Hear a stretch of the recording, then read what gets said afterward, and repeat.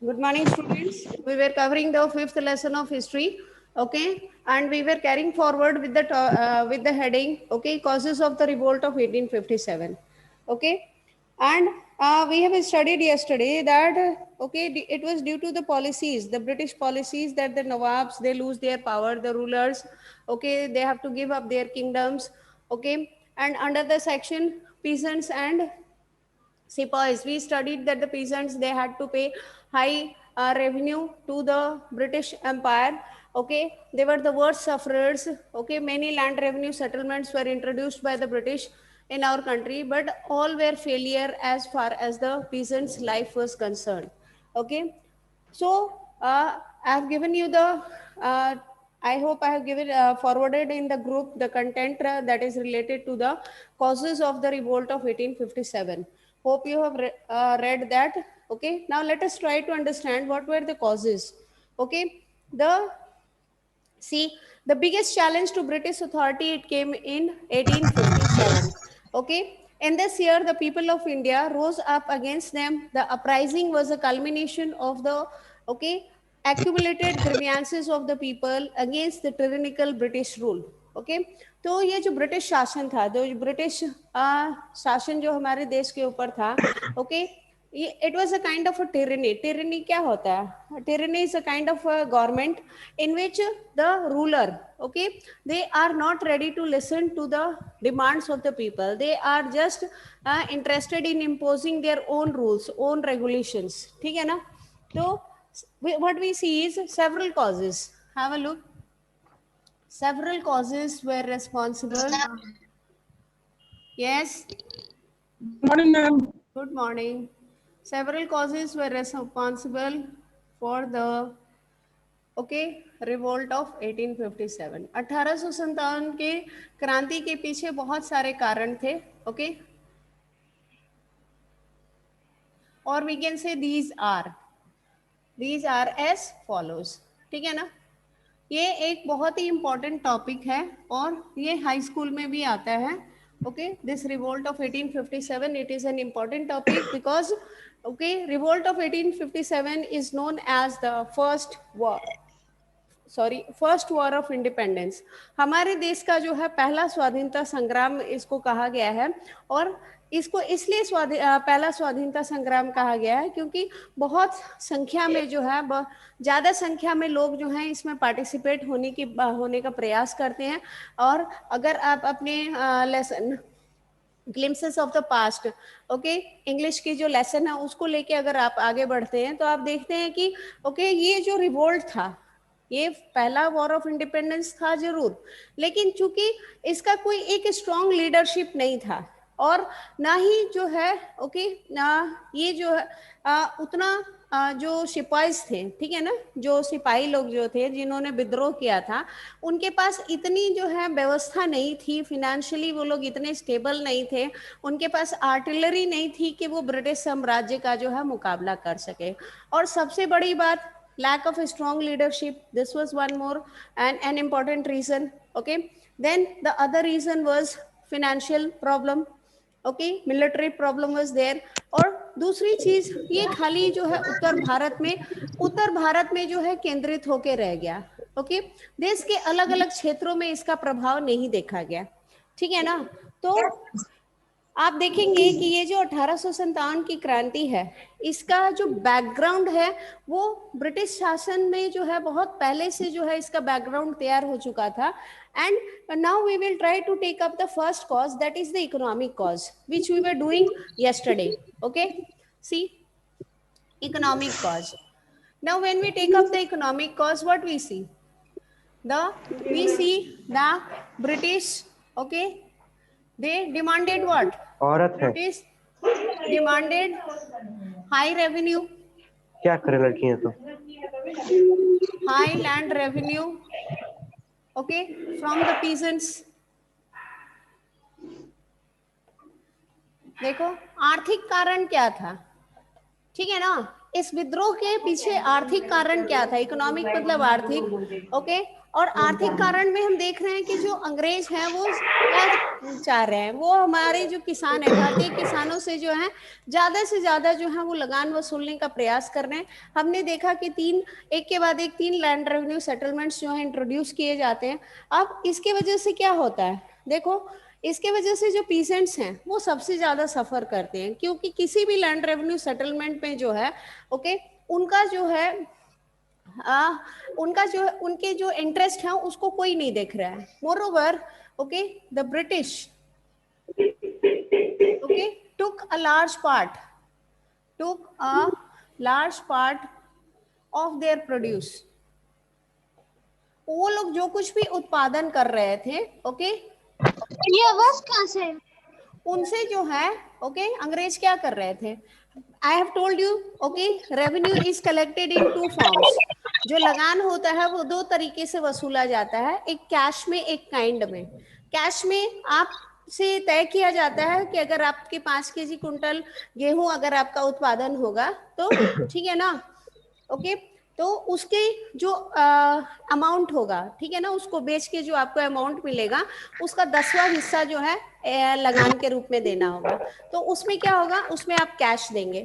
But अगर kind kind में अगर आपसे मांगा जाएगा तो क्या करेंगे वो लोग, 5 कुंटल गेहूं हो रहा है तो उसमें से आपसे कहेंगे कि 1 कुंटल जो है आपका लगान है, 1 कुंटल गेहूं जो है वो आपका लगान है, ठीक है ना। So part of the produce was taken, large portion of their produce was taken from them in the form of revenue। अब इनके पास जो है खाने के लिए भी अनाज नहीं बचता था। क्योंकि जो ब्रिटिश हैं उनको लगान देने के बाद इनको किसको देना होता था, they had to give to the money lenders. जो साहूकार थे, गांव के जो साहूकार थे, जो बड़े जमींदार थे, जिनके जमीनें लेके ये खेती कर रहे थे, उनको इनको रेंट देना पड़ता था। मनी लेंडर से जो कर्ज लिए रहते थे उनको देना पड़ता था। As such most of the peasants and their family, yes धुंधला दिख रहा है, हाँ? साफ नहीं दिख रहा है, साफ नहीं दिख रहा है। Okay, most of their peasants, 1 minute, and their family starved, ठीक है ना। तो बहुत सारे जो किसान थे और उनके जो परिवार के सदस्य थे वो भूखों मरने की स्थिति में जो है वो आ गए थे। कैमरा इज ओके बेटा, क्यों धुंधला दिख रहा है आपको? अच्छा दिख रहा है। हाँ बेटा, इट्स ओके। हाँ, कैमरा तो एकदम ठीक है। देखो, so this was the economic cause, and after that what we see, we also see that artisans and craftsmen were ruined by unfair competition।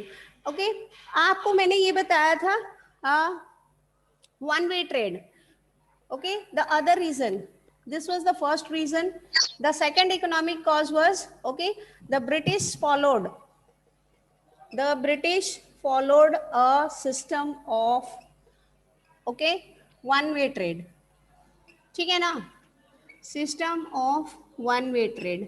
अब ये वन वे ट्रेड क्या है, देखो इसमें क्या होता था, हमारे देश से जो कुछ भी सामान, जो कुछ भी कच्चा सामान जो है या फिनिश गुड्स, ठीक है ना, हमारे देश के जो कॉटन के जो क्लोथ्स होते थे, ठीक है ना, सूती कपड़े हो गए और सिल्क के जो है बहुत ज्यादा डिमांड था यूरोप में। तो अगर यहाँ के लोग जो है वहां पे एक्सपोर्ट करते थे तो उनको ड्यूटी देना पड़ता था, दे हैड टू पे a kind of a duty. But ये जो ब्रिटिश है, अगर ये अपना सामान हमारे देश में लाते थे बेचने के लिए तो इनको कोई ड्यूटी नहीं देना पड़ता था। So it was one way trade, ठीक है ना, it was one way trade. And due to this system of one way trade, it were the British who were benefiting. और हमारे जो देश के जो आर्टिजन्स थे और जो क्राफ्ट्समैन थे, उनके जो है सामान को कोई खरीदने वाला नहीं था। क्यों? क्योंकि उनके सामान जो है महंगे बिक रहे थे। अब हमारे ही देश के लोग जो यूरोप में थे, जो अच्छा खासा बिजनेस कर रहे थे, वो इंडियन गुड्स को नहीं सेल करना चाहते थे। क्यों? Because when they imported Indian goods from this country to Europe, they had to pay duty trade to the British. So they were not interested. What they were interested in, selling the goods that were being produced in Britain. So we see और एक चीज था, ये जो artisans थे, ठीक है ना, द आर्टिजन्स एंड क्राफ्ट्समैन, जो शिल्पकार थे, okay, the artisans and the craftsman suffered heavy loss, okay, because of,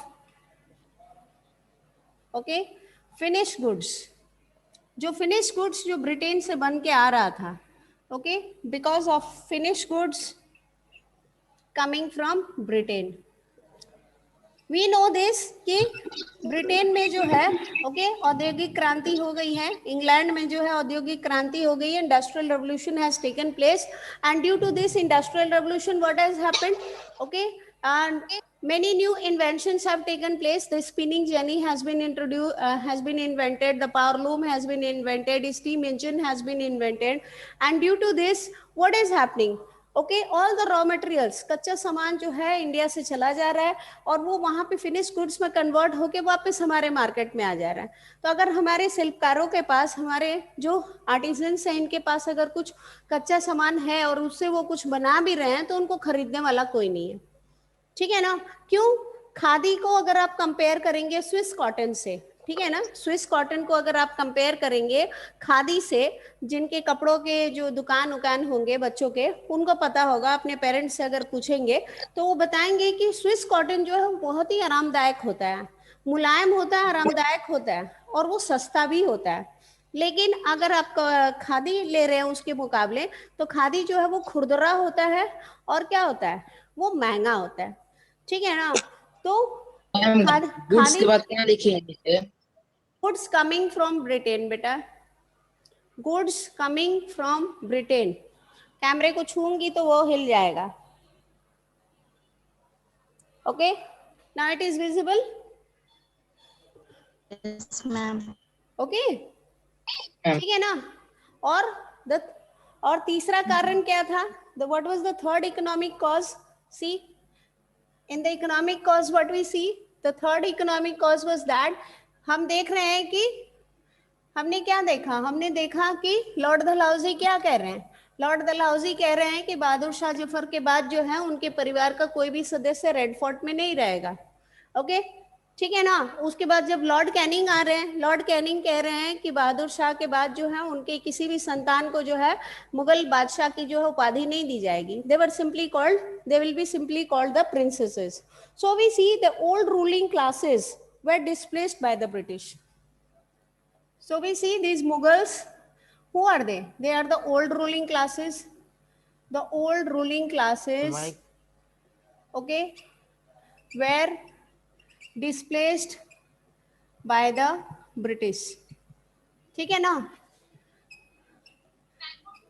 हम देख रहे हैं कि अंग्रेज एक के बाद एक सारी नीतियों को अपना रहे हैं और एक एक करके जितने भी प्रिंसली किंगडम्स हैं, ठीक है ना, जितने भी राजा महाराजा हैं, नवाब हैं, निजाम हैं, उनसे उनकी गद्दी छीनते जा रहे हैं, उनसे उनके टाइटल्स लेते जा रहे हैं. When you were studying the tribals and the Dikus, आपने उसमें देखा था कि जो रूलिंग चीफ्स हैं, रूलिंग चीफ्स के अधिकार ले रहे हैं लोग, ब्रिटिश लोग, ठीक है ना. So this was one of these three main reasons are the economic causes. इसके ऊपर जो है, okay, causes of revolt of 1857, causes behind the revolt of 1857 and causes of revolt, it is just the same. इसके ऊपर आपको एक बहुत ही अच्छा refined notes बना लेना चाहिए, जो कंटेंट मैं आपको भेजी हूँ उसकी सहायता से, ताकि आपके हाई स्कूल में भी ये काम आ सके. And children, mind it, okay, you should keep your. हाँ बेटा, क्या कह रहे हो? थोड़ा आवाज कट रही है बेटा आपकी, बोलो, कुछ कह रहे हो? मैम कैसे सब रिपोर्ट, कैसा रिपोर्ट कह रहे हो? थोड़ा सा है, सारा नहीं भेजना. हाँ, I'm not getting you, whatever you are saying. Now see, हम कह रहा है कल चेन्नई हार गई. चेन्नई हार गई तो हार गई. I am not interested in cricket. मैं ना तो टीवी देखती हूँ और ना ही मैं मोबाइल में सक्रिय हूँ. आप देखते होंगे मेरा कहीं भी फेसबुक पे कोई भी मूवमेंट नहीं होता होगा, और ना ही ईमेल पे, ना ही व्हाट्सएप पे. ओके, मेरे हिसाब से ये दिमाग खराब करने वाली चीजें हैं. जहां तक मैं समझती हूँ टीवी और जो मोबाइल है, ठीक है ना, ये इंसान के दिमाग को ऑपरेट करता है। इसमें ज्यादा घुसेंगे तो बाकी काम कुछ नहीं कर पाएंगे, ठीक है ना। Now let us try to understand the political causes. What were the political causes? So these were the economic causes. Now we will try to understand the political causes. Have a look. I don't say that you people don't watch. आप लोग देखिए, आप लोग enjoy करिए. Okay. Now see, as far as the political causes are concerned, we have covered this. हमने ये cover किया है. Okay. The British, yesterday only we covered. The British annexed, ठीक है ना, many princely kingdoms, okay, by applying, okay, doctrines, various doctrines,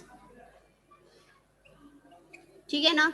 तो हमने देखा था कि एक के बाद एक जो है अंग्रेज जो है वो बहुत सारे जो प्रिंसली किंगडम्स है उसको जो है ब्रिटिश साम्राज्य में वो मिलाते जा रहे हैं, एनेक्स करते जा रहे हैं, हड़पते जा रहे हैं, ओके। और वास्ता क्या दे रहे हैं, डॉक्ट्रिन्स का जो है वो वास्ता दे रहे हैं। See have a look, the dynasty of the Mughals was all but gun.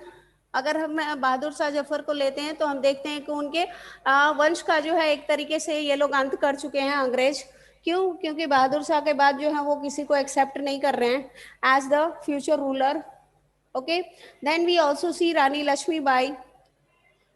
So what we see is, we see as far as, okay, these British were concerned, okay, the policies adopted by the British deeply hurt the sentiments of the people, okay. The policies adopted by the British, इसमें आप लोग doctrines खुद से लिखेंगे, okay. I will not explain the doctrines one by one. All the doctrines that were adopted by the British, I have discussed it yesterday already, that you will mention under the political causes, okay. आप इसमें mention करेंगे doctrine of lapse, okay, initiated by Lord Dalhousie. और doctrine of lapse के तहत जो है, what is doctrine of lapse, if any Indian ruler, okay, he is not having a natural heir to the throne, his kingdom will be annexed on the grounds of, okay, doctrine of lapse to the British Empire. किसी भी भारतीय शासक का अगर स्वयं का कोई पुत्र नहीं है तो उनके राज्य को जो है ब्रिटिश साम्राज्य में मिला लिया जाएगा डॉक्ट्रिन ऑफ लैप्स के तहत, ठीक है ना। तो रानी लक्ष्मीबाई के भी जो है 2 पुत्र हुए, ठीक है ना। और आप देखेंगे अगर उनके ऊपर जो बायोपिक बना था नेशनल चैनल पे जो टेलीकास्ट किया गया था, तो उसमें आप देखेंगे कि उनके एक पुत्र को तो जो है विष दे के मार दिया जाता है, ठीक है ना। और जो उनका दूसरा पुत्र होने वाला होता है, ओके, उसका मिसकैरेज हो जाता है, क्योंकि ओके, जब एक लेडी कंसीव करती है उस समय उसको घुड़सवारी नहीं करना होता है, बट रानी लक्ष्मीबाई जो है वो देश के पीछे उनका माने उनका देश की आज़ादी का ऐसा जुनून था उनके ऊपर कि वो सारी चीज़ों को परे रख देती हैं और वैसे समय में भी वो घुड़सवारी करती हैं और उनका मिसकैरेज हो जाता है, ठीक है ना। तो हम देख रहे हैं कि ये जो ब्रिटिश है एक के बाद एक वो पॉलिसीज को एक्सेप्ट अपना रहे हैं। Then we have the subsidiary alliance. Subsidiary alliance के तहत आपने देखा होगा बहुत सारे प्रिंसली किंगडम्स को जो है एनेक्स किया गया था। Hyderabad was there, okay, and the other kingdoms were there. Then you have this doctrine of paramountcy where the British they are claiming to themselves to be supreme. उसके बाद अवध आप देख रहे हैं, ओके। अवध को जो है किस कंटेक्स्ट पे एनेक्स किया गया था, on which ground? Misuse Misgovernment. क्या लिखे? Misgovernment. क्या बोल रहे हो? Misgovernment. Misgovernment. Yes beta, somebody was asking something.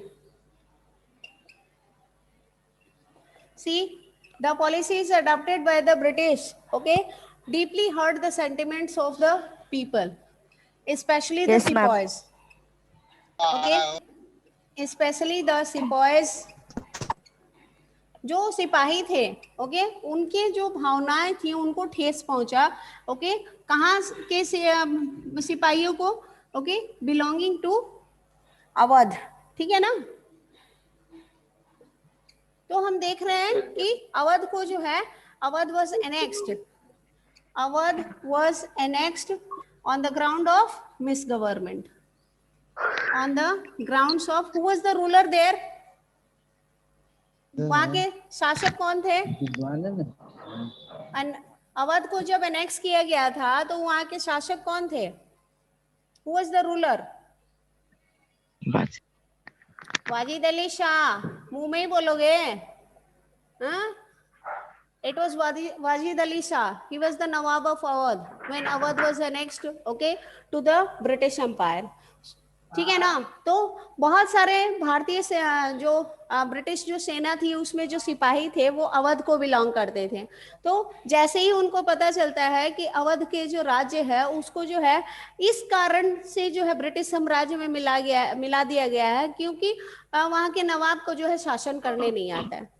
अब बताइए, इतने साल से जो व्यक्ति शासन करते आ रहा था, उसकी फैमिली शासन करते आ रही थी, उसे शासन करने नहीं आता है। ओके, सो व्हाट वी सी कि सिपाही जो है वो इसको लेके जो है बहुत आक्रोशित थे, गुस्से में थे। तो एक कारण जो है आप देख रहे हैं कि जो किसान हैं उनको लगान देने को कहा जा रहा है। जितने भी सिपाही थे, ठीक है ना, वो ऐसे परिवारों को बिलोंग करते थे जहाँ पे उनके फैमिली मेंबर्स जो है वो किसानी कर रहे थे, ठीक है ना, खेती करते थे। तो अगर आपके फैमिली मेंबर्स के साथ अगर कोई टॉर्चर करेगा तो क्या आप उसको बर्दाश्त करेंगे, उसका जो है रिटेलिएट करेंगे कि नहीं करेंगे। यू विल रिटेलिएट, उसका आप प्रतिशोध लेंगे, ठीक है ना। तो एक के बाद एक जो है ये सारे कारण जो है बनते गए और फाइनली जो है ये एक विद्रोह का रूप ले लेता है। So this is the political cause. Now let us move towards the social cause. Okay, in the political causes बेटा आप डॉक्ट्रिन सारे लिखेंगे, okay, one after the other. और बहुत सारे बच्चे जो हैं वो नोट्स बना के मुझे भेजते हैं, मैं उनको देखती हूँ। एट टाइम्स मैं कमेंट करना भूल जाती हूँ। दैट डजंट मीन कि आपने नोट्स अच्छा नहीं बनाया है। Muskan, she is a very nice student, वो अक्सर जो है नोट्स लिख के और मुझे फॉरवर्ड करती है। So this habit is very nice कि जो कंटेंट आपको भेजा जा रहा है आप उसको यूटिलाइज कर रहे हैं। सी सोशल कॉजेस, सोशल मतलब सामाजिक, ओके। आप सामाजिक कारण क्या थे, ठीक है ना, ओके। जहां तक सामाजिक कारण का हम सवाल लेते हैं, see the British pass laws banning sati and legalising widow marriage. The British passed laws,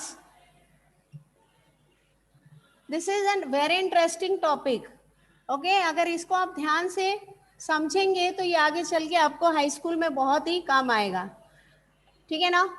the British pass laws banning sati and legalising widow remarriage, legalising, okay, widow remarriage. हमारे समाज में जो है विधवाओं का जो है पुनः विवाह नहीं होता था, ओके। और जो लोग ऐसा करने की कोशिश करते थे उनको क्या कहा जाता था, उनको जो है समाज विरोधी कहा जाता था। और हमारे समाज में जो है, भारतीय समाज में ये एक प्रथा थी, अगर किसी महिला के पति का जो है स्वर्गवास हो जाता था तो उस महिला के पति के चिता के साथ साथ उस महिला की भी चिता तैयार की जाती थी और उस महिला से कहा जाता था कि आप सती हो जाइए। अब तो आपकी संसार उजड़ गई है, ओके, अब आप किसके लिए जीना चाहेंगी, तो आप अपने जीवन का भी अंत जो है अपने पति के साथ कर दीजिए, ठीक है ना। अब मान लीजिए किसी के हस्बैंड, किसी के पार्टनर की मृत्यु हो जाती है, उसमें उस पार्टनर का क्या दोष है, आप कैसे उससे उसका अधिकार छीन लेते हैं। और ये जो नियम था ना, खाली महिलाओं के लिए था।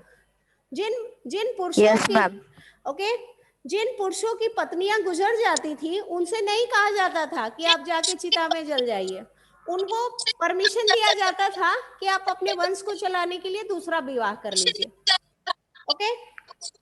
So this was a completely biased system, okay. And के बाद क्या है, and legalising, LEGALISING, legalising widow remarriage, okay. तो यहाँ पे देखिए ब्रिटिश जब आए हमारे देश में तो उन्होंने देखा कि ये बहुत ही गलत प्रथा है और उन्होंने जो है कानून पास कर दिया ताकि ये महिलाओं को जो जिंदा जला दिया जाता था इसको रोक दिया जाए। अब हमारे देश के जो पंडित जी लोग थे, ओके, बड़े जो कास्ट के जो लोग थे वो कह रहे हैं कि अरे ये तो हमारे जो है धर्म को प्रदूषित कर देंगे ले। हाँ, अभी महिलाएं जो हैं वो जिंदा रहेंगी, उनका सब कुछ खत्म हो गया, वो जिंदा रहेंगी, सजेंगी, सवरेंगी, ऐसे करेंगी, वैसे करेंगी, ठीक है ना। Okay, so this okay was taken, the action taken by the British, it was taken as a threat to what, as a threat to Hindu religion, ठीक है ना। ओके, तो ये एक धर्म के जो है ऊपर प्रहार माना गया और भारतीय जो है इसका जो है वो विरोध करने लगे, ठीक है ना। और उसके बाद जो है अंग्रेजों ने क्या किया, उन्होंने महिलाएं विधवा हो जाती थी उनके जो है रीमैरिज के लिए जो है उन्होंने कानून बना दिया कि अगर मान लीजिए आपको पता होगा छोटे बच्चों की जो है छोटी उम्र में जो है शादी कर दी जाती थी उनको, हाँ बाल विवाह, उनको समझ भी नहीं रहता था कि उनकी शादी हो रही है, उनका कोई पार्टनर आ रहा है, ओके, उनको ऐसे रहना है वैसे रहना है, और अचानक पता चलता था कि 10 वर्ष की आयु में जो है वो विधवा भी हो गई। ओके, तो 10 वर्ष की बच्ची से आप एक्सपेक्ट करेंगे कि दिन में वो 2 बार भोजन खाए, ओके, 2 बार भोजन करे, चटपटा ना खाए, स्वादिष्ट खाना ना खाए, नीचे जो है एक जो वो खर का जो है चटाई होता है, ठीक है ना, उस पे सोने को कहा जाता था, अपने सिर मुड़वा ले, सफेद कपड़ा धारण करे। तो ये छोटे बच्चों से आप एक्सपेक्ट कर सकते हैं, हम बड़े तो ये समझते ही नहीं है, तो बच्चे क्या समझेंगे। ओके, तो इन सारी चीजों के खिलाफ अंग्रेजों ने आवाज उठाई। अब हमारे जो देश के लोग हैं वो इस चीज को जो है अपने धर्म पे जो है प्रहार समझने लगते हैं और वो इसको जो है एक मुद्दा बना लेते हैं कि इन अंग्रेजों को भगाना है। Okay, now see, and apart from this the women, महिलाएं जो हैं उनको जो है ओके प्रोत्साहित करने लगे अंग्रेज जो है, ये लोग जो है प्रोत्साहित करने लगे कि वो पाश्चात्य शिक्षा को ग्रहण करें, encouraged to okay take up western education, take up western education, ठीक है ना। तो हमारे समाज में जो है जो रूढ़िवादी जो लोग थे वो नहीं चाहते थे कि महिलाएं शिक्षा ग्रहण करें। क्यों? आपने क्लास 7 में पढ़ा होगा वुमेन चेंज द वर्ल्ड, उसमें आपने देखा होगा वसुंधरा देवी के बारे में आपने पढ़ा होगा, रुकैया सखावत हुसैन के बारे में पढ़ा होगा, ओके, ठीक है ना। इन सारी महिलाओं से क्या एक्सपेक्ट किया जाता था, इन सारी महिलाओं से एक्सपेक्ट किया जाता था कि वो एजुकेशन नहीं लेंगी, ठीक है ना। क्यों? अगर वो एजुकेटेड हो जाएंगी तो वो अपने फैमिली के लिए दुर्भाग्य लेके आएंगी, ओके, उनके पति की मृत्यु हो जाएगी, तो और भी बहुत सारे कारण थे। तो ऐसे समय में जहां महिलाओं को शिक्षा ग्रहण करने की अनुमति नहीं थी, उसमें अंग्रेज क्या कह रहे हैं, अंग्रेज कह रहे हैं कि उनको पाश्चात्य शिक्षा लेनी चाहिए।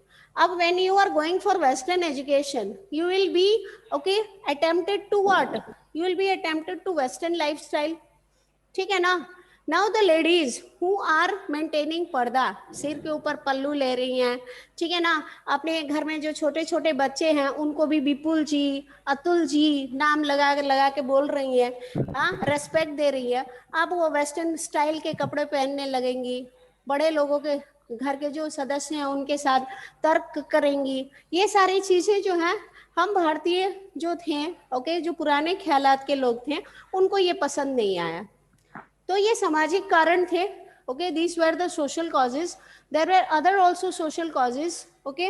The other social causes, see, the social discrimination faced by the people due to British attitude of racial superiority also led to much resentment. तो कुछ हद तक अंग्रेज जो है हमारे समाज में सुधार ला रहे थे, but okay the British as you see okay followed what, racial discrimination, नस्ल के आधार पे जो है वो भेदभाव कर रहे थे। रेशियल डिस्क्रिमिनेशन कहाँ? Both okay in India and Africa, ठीक है ना।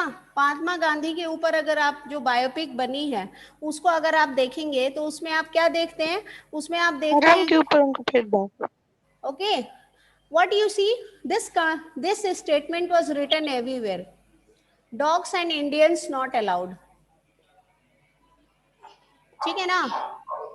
अगर आप महात्मा गांधी के ऊपर जो बायोपिक बनी है उसको अगर आप देखेंगे, ठीक है ना, the making of the Mahatma, if you watch that movie what you will see, जो थिएटर्स होते थे जहाँ पे जो है फिल्मों को जो मूवीज होती थी उनको दर्शाया जाता था, वहाँ पे एक अलग रो रहता था, इंडियंस के लिए एक अलग रो रहता था, और जो अंग्रेज होते थे उनके और उनके फैमिली मेंबर्स के लिए अलग रहता था।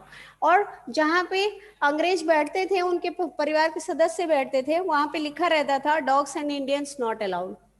ठीक है ना? तो भारतीयों की तुलना जो है कुत्तों से की जाती थी। अगर जो है आप उस मूवी में देखेंगे, ठीक है ना, मंगल पांडे वाली मूवी में भी आप देखेंगे कि एक व्यक्ति जो है वो इतना एक्साइटेड होता है मूवी देखते देखते जो है, ओके, वो इतना एक्साइटेड होता है कि जहाँ पे अंग्रेज बैठे रहते हैं वहां पे जाके बैठ जाता है। ठीक है ना, गलती से वहां पे जाके बैठ जाता है। Now when the British officers they come to know that an Indian okay is sitting in their side, what they do, उसके पीछे वो लोग कुत्ते छोड़ देते हैं और कुत्ते जो है वो उसको पूरा काट डालते हैं। ठीक है ना? So this was a kind of racial discrimination that was being followed by the British in India also and in South Africa also. South Africa में इसको apartheid कहा गया। ओके, नस्ल के आधार पे वो लोग भेदभाव कर रहे थे। अब ये भी जो है हम भारतीयों के अंदर जो है ये उनके प्रति जो है गुस्सा तैयार कर रहा था, और हम लोग चाह रहे थे कि इन अंग्रेजों को जो है वापस इनके देश भेज दिया जाए। ठीक है, तो ये सारे कारण थे। ठीक है, and apart from this one more was there the introduction of English language. ठीक है, the British they introduced English language.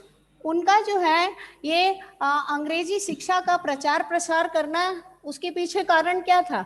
उसके पीछे कारण था उनका प्रशासन। They wanted to have a better administration of the country, and as such what they do, in order to have an what we see, in order to have an efficient administration,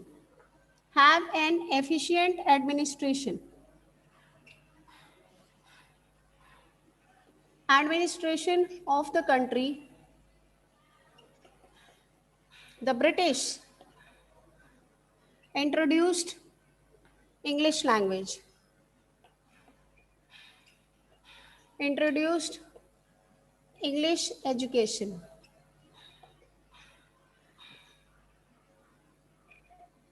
ठीक है ना?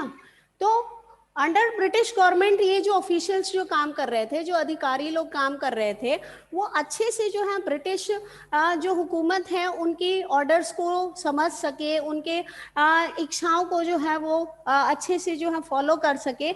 इसके लिए अंग्रेजों ने क्या किया? English education introduce किया। क्यों?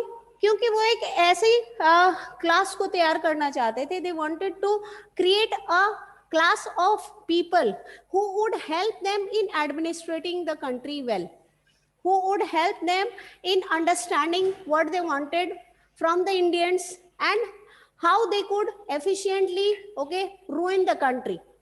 ठीक है ना?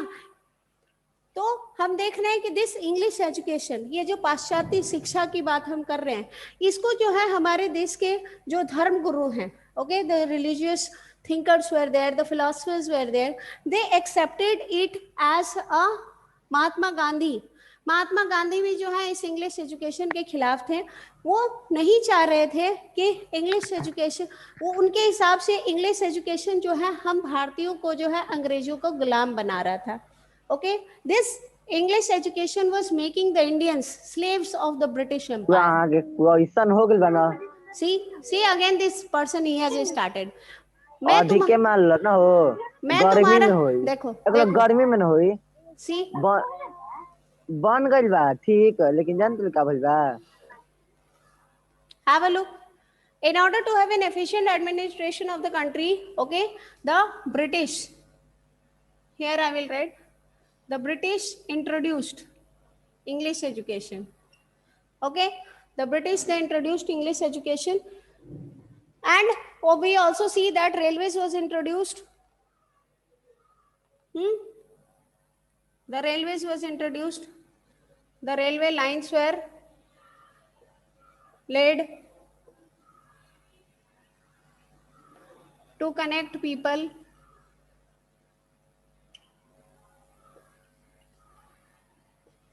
from different parts of the country.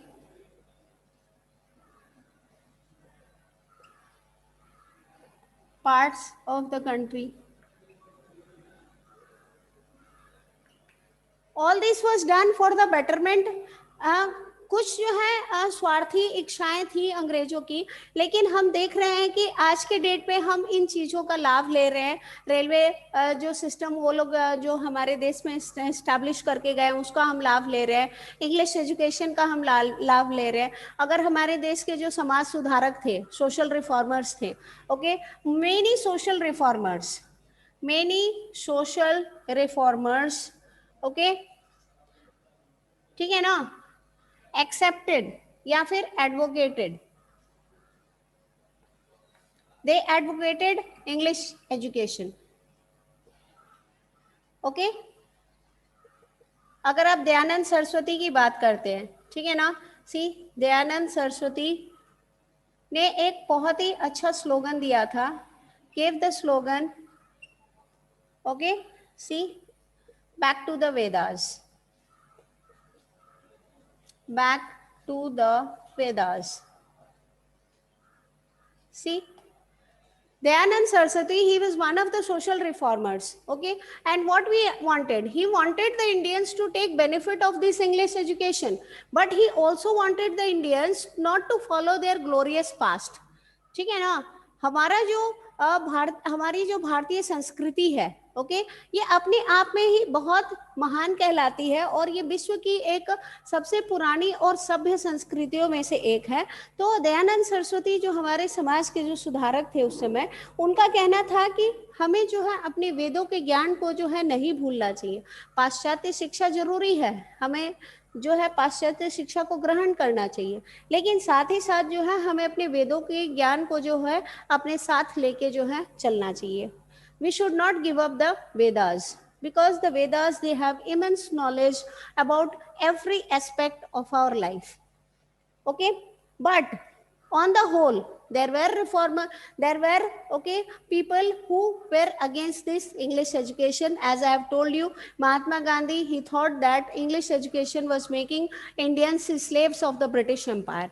So these are the social causes that were responsible behind, okay, the revolt of 1857. After this, two more causes are there. One is the military cause.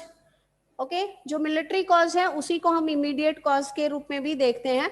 And we have very less time, so we will cover that topic in our next class. Now if you have anything to ask, you can ask. बहुत कम समय रह गया. Yes students, कुछ पूछना है? हाँ ma'am, doctor पर लिखना है. हाँ बेटा, पॉलिटिकल कॉजेस में लिखना है. पॉलिटिकल कॉजेस में आपको मेंशन करना है कि अंग्रेजों ने कौन सी नीतियों को अपनाया था. ठीक है ना, कौन सी हमारे जो देश के जो प्रिंसली स्टेट्स थे, ठीक है ना, जो राज्य थे, ठीक है, उनको जो है ब्रिटिश साम्राज्य में मिलाने के लिए उन्होंने कौन सी नीतियों को अपनाया था. ठीक है, तो आप डॉक्ट्रिन ऑफ लैप्स मेंशन करेंगे. डलहौजी ने उसको